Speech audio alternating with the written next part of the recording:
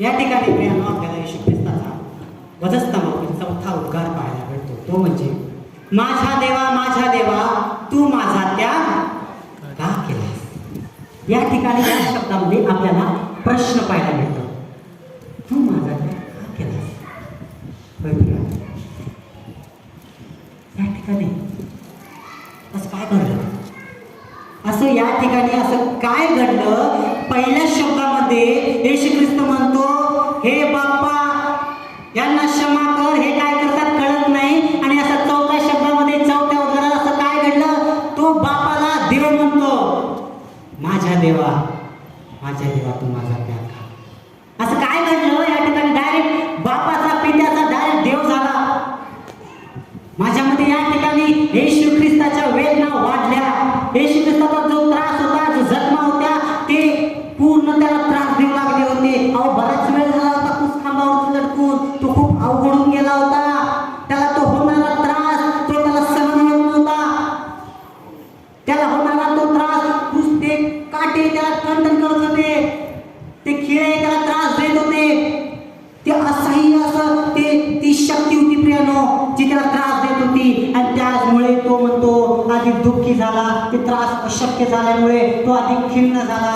आणि तो मोठ्याने म्हणतो, माझ्या देवा तू माझा त्याग का केलास. जर आपण थोडंसं मागे गेलं ना आपल्याला समजून येईल. यशायाचा ग्रंथ 53वा अध्याय आणि 3 ते 5 या वचनामध्ये आपण जर पाहिलं, यशायाचा ग्रंथ 53वा वचन 3 ते 5. तुच्छ मानलेला मनुष्यांनी, टांगलेला क्लेशांनी, व्यापलेला व व्याधीशी परिचित असलेला असा तो पुरुष पाहून लोक तोंडे फिरवीत व त्याला तुच्छ लेखीत आणि त्याला आम्ही मानले नाही.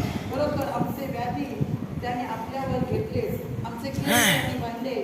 तरी त्यास ताडण केलेले, देवाने त्यावर प्रहार केलेले व त्याला पिटलेले असे आम्ही त्याला लेखी.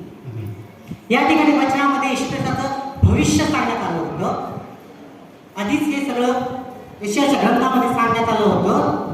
3ऱ्या वचनामध्ये सांगितलं, तुच्छ मानलेला, मनुष्याने टाकलेला, क्लेशाने व्यापलेला व व्याधीशी परिचित असलेला असा तो पुरुष पाहून लोक तोंडे फिरवीत व त्याला तुच्छ लेखीत आणि त्याला आम्ही मानले नाही.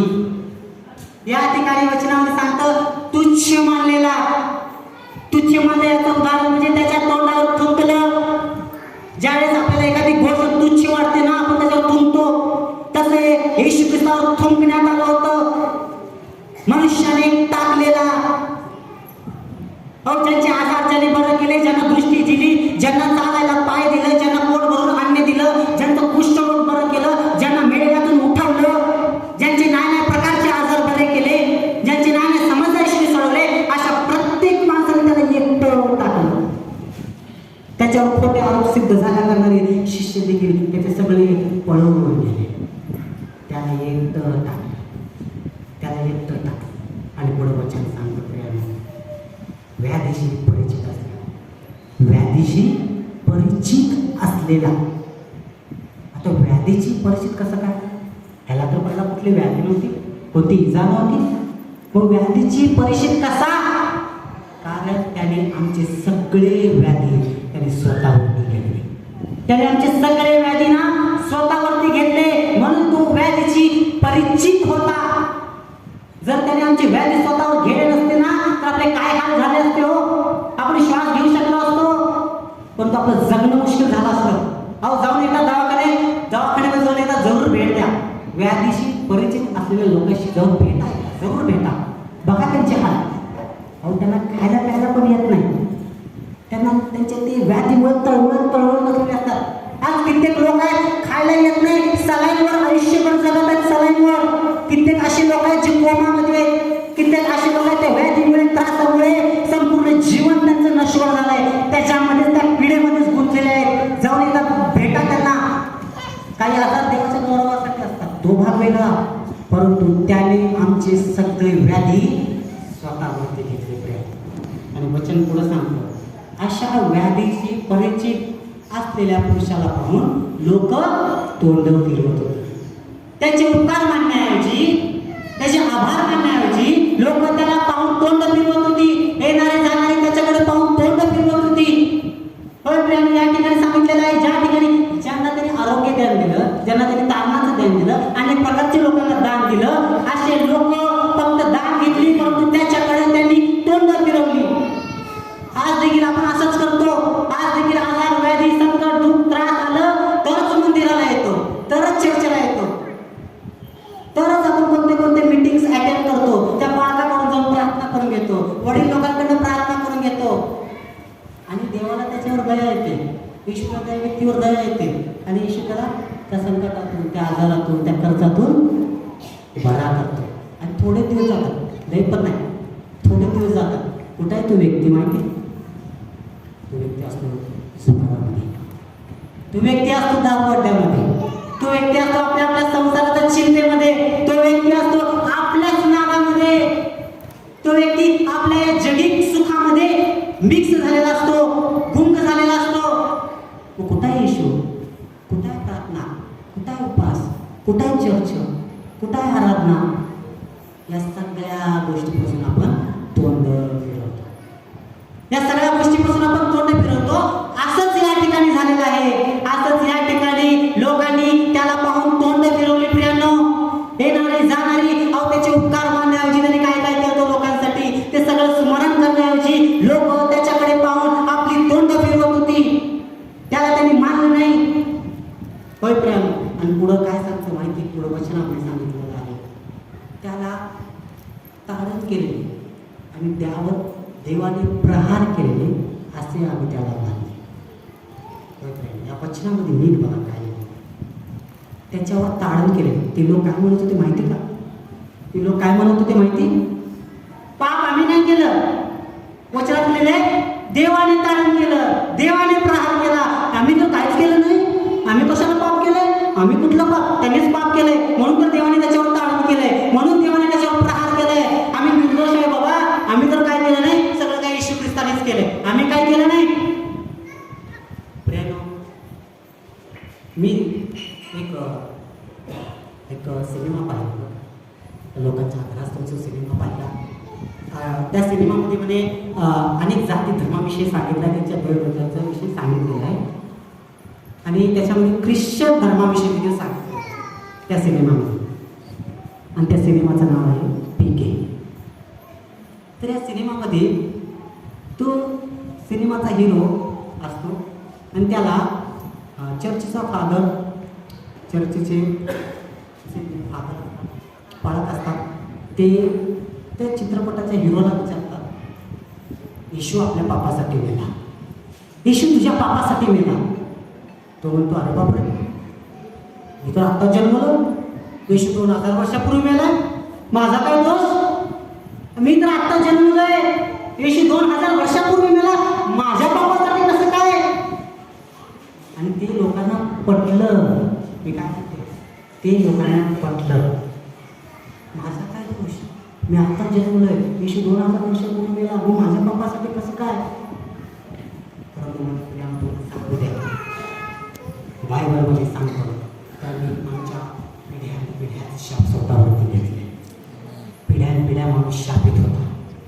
जर आपण वचनामध्ये पाहिलं, उत्पत्तीच्या ग्रंथामध्ये उत्पत्तीमध्ये दिलेलं आहे, ज्यावेळेस त्यांनी आदाम हवाला बनवलं, आदाम हवाला त्यांनी बनवलं, मनुष्य बनवला, मनुष्याला आज्ञा दिली, मनुष्याने ती आज्ञा मोडली. आज्ञा मोडल्यामुळं मनुष्यावर पाप, त्रास, क्लेश पिढ्या आलं होतं.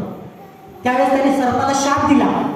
सर्पाला म्हटलं, तू शापग्रस्त हो, तू आजपासून पोटाने चालशील, तू मातीत राहशील आणि माती खाशील. स्त्री संतान आणि सर्पची संतान याच्यामध्ये देवाने वैर स्थापन केलं. सर्पाला म्हटलं, तू तिची टाच फोडशील, मनुष्याची टाच फोडशील आणि मनुष्य तुझं डोकं ठेवायचं. येशू कधी बोलला होता? तेव्हा बोलला. आणि आज पण ते घडतं. आज देखील सर्व मनुष्याच्या टाच्याला दंश करतो आणि मनुष्य त्याचं डोकं ठेवतो. तो सर्प म्हणजे सैतान. आज देखील आपल्याला तो शापग्रस्त झाल्यामुळं आज देखील आपल्याला पिढी तो शापग्रस्त व्हावं म्हणून आज देखील आपल्याला मोहात टाकायचा प्रयत्न करतो. त्याची इच्छा असते की आपण ईश्वरी जीवनी प्याला पिऊ नये, तर त्याचा प्याला प्यावा, सैतानाचं पेय आपण प्यावं. त्याची इच्छा तीच असते. म्हणून तो काय करतो माहिती का, त्याचं पेय आपण काय.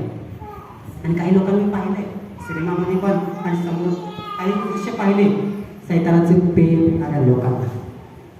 ते सैतानाचं पेय पितात आणि ते पेय पिल्यावरती अजून त्यांच्या भाषिकांना चकना म्हणे ते खातात आणि जसं जसं ते पेय आत जातं तसं त्याचं ते सैतान बनतात आणि सैतानाचं कार्य चालू करतात. परंतु प्रियानो, सैतानाचं पेय हे नाश आणि अधोलोक आहे आणि येशू ख्रिस्ताचं पेय आहे ना ते त्या मृत्यूवरती विजय आणि सावकाश जीवन आहे.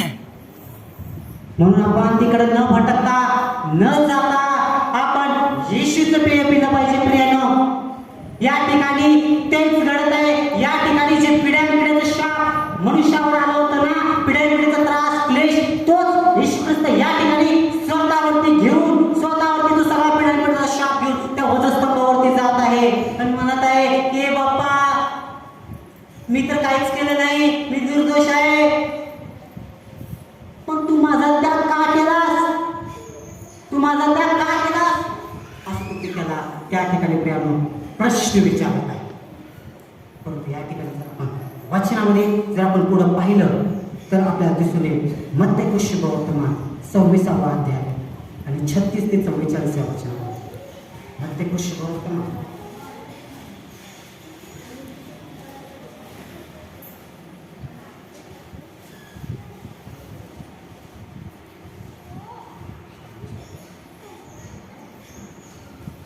नंतर येशू शिष्यांबरोबर गेतसेमे बागे नावाच्या ठिकाणी आला आणि त्यांना म्हणाला, मी पुढे जाऊन प्रार्थना करीपर्यंत येथे बसा. मग त्याने पेत्र व जबेदेचे 2 मुलगे यांना बरोबर घेतले आणि तो खिन्न व अति कष्टी होऊ लागला. तेव्हा त्याने त्याला म्हटले, माझा जीव मरणप्राय अति खिन्न झाला आहे, तुम्ही येथे थांबा व माझ्याबरोबर जागी राहा.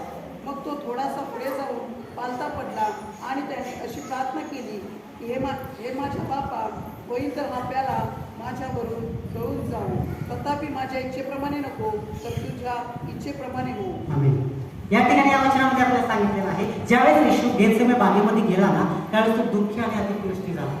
का दुःखी झाला, का खिन्न झाला, का कष्टी झाला, कारण की त्याला माहिती होतं की मी जो आता प्रवास करणार आहे ना ते खूप कठीण असा प्रवास आहे.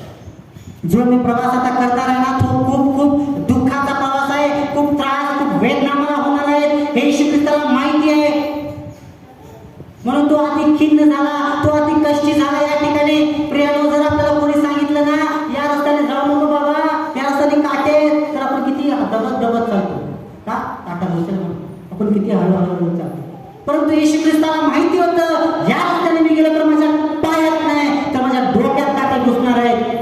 हे त्रास तो आठवूनच तो अति दुःखी होत होता, अति कष्टी होत होता. म्हणून तो शिष्याला म्हणतोय माझा जीव अति खिन्न आणि अति प्राणमय झालेला आहे. आणि तो कसा पुढे गेला, पालथा पडला आणि पित्याला विनंती करत होता की हे बाप्पा, होईल तर हा प्याला बसबसून ढळू दे, पण माझ्या इच्छेने नको तुझ्या इच्छेने. या ठिकाणी त्याने पित्याला प्रार्थना केली. किती वेळेस केली हीच प्रार्थना त्याने 3 वेळेस केली. हे बाप्पा शक्य असेल तर हाताला ठेवून दे, बाबा शक्य असेल तर हे बाबा शक्य असेल तर 3 वेळेस प्रार्थना केली. परंतु प्रथमच येशू ख्रिस्ताची प्रार्थना मान्य झाली नाही. देवाने त्याची प्रार्थना या ठिकाणी ऐकली नाही. या ठिकाणी येशू ख्रिस्ताला तो विषारी प्याला, जो प्याला पिल्यावरती एवढा भयंकर त्रास होणार होता, जो प्याला पिल्यावर ते दुःख यातना इतकं भयंकर असं होणार होतं, तो प्याला पिणं त्याला क्रम प्राप्त होतं. मनुष्याच्या पापापासून मुक्त करण्यासाठी तो त्याला प्याला पिणं आठवत होतं. म्हणून देवाने त्याची प्रार्थना ऐकली नाही. आणि येशू ख्रिस्ताने सुद्धा देवाच्या इच्छेप्रमाणे त्याने म्हटलं होतं, देवा माझी इच्छा नको तुझ्या इच्छेप्रमाणे होऊ दे. म्हणून त्याने देवाच्या इच्छेप्रमाणे तो प्याला पिला. त्याने तो प्याला पिला. प्रियानो, या ठिकाणी वचन सांगतं त्याने ज्यावेळेस प्रार्थना केली तेव्हा टळू दे, परंतु याने परत म्हटलं की देवा तुझी इच्छा आणि तुझीच इच्छा. आणि देवाच्या इच्छेप्रमाणे देवाची आज्ञा त्याने मोडली नाही किंवा देवाने जे सांगितलं, देवाने कसं केलं तसंच त्याने त्या ठिकाणी केलं. त्या ठिकाणी जर पाहिलं गेलं ना, या ठिकाणी येशू ख्रिस्ताचा त्याग ना खरं पाहायला गेलं तर देवाने येशू ख्रिस्ताचा त्याग या बागेमध्येच केला. परंतु इथं वेदना असहाय्य झाल्यामुळे त्या क्रूसावरती त्रास वाढला करणारे तो त्या क्रूसावरती म्हणत आहे की हे बाप्पा शक्य असेल तर मला माझी इच्छा नाही. कृष्णामध्ये ज्यावेळेस बोललो त्यावेळेस देवाने त्यावेळेस ऐकलं नाही. त्यावेळेस देवाने त्याला काहीच म्हटलं नव्हतं. देवाला त्याने काहीच म्हटलं नाही. तुझी इच्छा. पण त्या ठिकाणी त्रास त्याचा इतका भयंकर वाटला म्हणून त्याने म्हटलं की माझ्या देवा तू माझा त्याग का केला. माझ्या देवा तू माझा त्याग का केला. या वेदना त्याच्या वाढल्या म्हणून त्या ठिकाणी या ठिकाणी त्याने देवाला प्रश्न विचारलेला आहे. त्याने या बागेतच त्याने त्याचा त्याग केला होता पण त्याने बागेमध्ये त्याला काहीच म्हटलं नाही. या ठिकाणी वेदना त्याच्या वाढल्यामुळे या ठिकाणी त्याने म्हटलं माझ्या देवा तू माझा त्याग का केलास. एकदा ते येशू ख्रिस्ताचा म्हणजे डोक्यावरती जो काट्याचा मुकुट होता ना ते एकदा आठवा की एकदा आठवण करून बघा. अहो येशू ख्रिस्ताच्या त्या डोक्यावरील तो काट्याचा मुकुट जर आठवला ना तर आपला थरका उडवेल. अहो ज्या वेळेस त्याच्या त्या डोक्यावरती तो काट्याचा मुकुट घातला होता ना त्यावेळेस त्याच्या डोक्यातून रक्ताच्या चिरकांड्या उडल्या होत्या. त्याला ते त्रास होत होता. अहो ज्यावेळेस आपल्याला एखादा काटा घुसतो ना तर 10 जण धावून येतात काटा काढू का म्हणायला. आपली आई आपली बाप आपले नातलग जो तो नाही तो आपला काटा काढण्यासाठी धावून येतो. पण ते शिकण्यासाठी असा कोणीच नव्हता तो त्याचा काट्याचा मुकुट काढू शकत होता. नाही त्याने गप गुमानं सगळं काही सहन केलं. ज्यावेळेस तो काटा ज्यावेळेस आपल्याला पायामध्ये काटा एखादा घुसतो ना प्रियानो त्यावेळेस तो काटा रुतला ना आपल्या पायामध्ये एकदा आपला काटा रुतला तर आपल्याला किती त्रास होतो ना हे आपल्याला माहितीच आहे. ज्यावेळेस काटा रुतून बसतो ना आपल्याला नाही तो लोक इलाज सांगतात माहिती का. तिथं मिठाचा चटका दे नाहीतर त्याला हे कर हे म्हणतो नाही ते कर. नाही प्रकारचे लोक इलाज सांगतात आणि ज्यावेळेस आपण 10 जणांना सांगत ठेवतो माझ्या पायात काटा घुसला हो मला चालायला नाही हो माझं काय ठणकत आहे हो. अहो साधा काटा एक पायात रुतला तर आपले हे हाल होतात. विचार करा येशू ख्रिस्ताने तो काट्याचा मुकुट कसा सहन केला असेल. ज्यावेळेस ते काटे बराच वेळ झाला होता ते काटे घुसून काही काटे त्याच्या मस्तकात रुतलेले होते ते त्याला ठणकत होतं. जसं आपल्या पायात काटा बसल्यावर कसं ठणकतं ना तसं त्याच्या त्या डोक्यामध्ये ते काटे रुतल्यामुळे ना त्याला ठण डोकं ठणकत होतं. सगळ्या चुरमाला रक्ताच्या धारा वाहत होत्या. त्याला ते असह्य होत होतं. त्या त्रासामध्ये त्या वेदनेत शिकत असताना त्या वेदनेमध्ये विवळत होत ओरडत आहे आपल्या पित्याला आणि म्हणत आहे की हे बाप्पा हे देवा तू माझा त्याग का केलास. माझा देवा तू माझा त्याग का केलास. त्याला त्रास असह्य असल्यामुळे त्याने आपल्या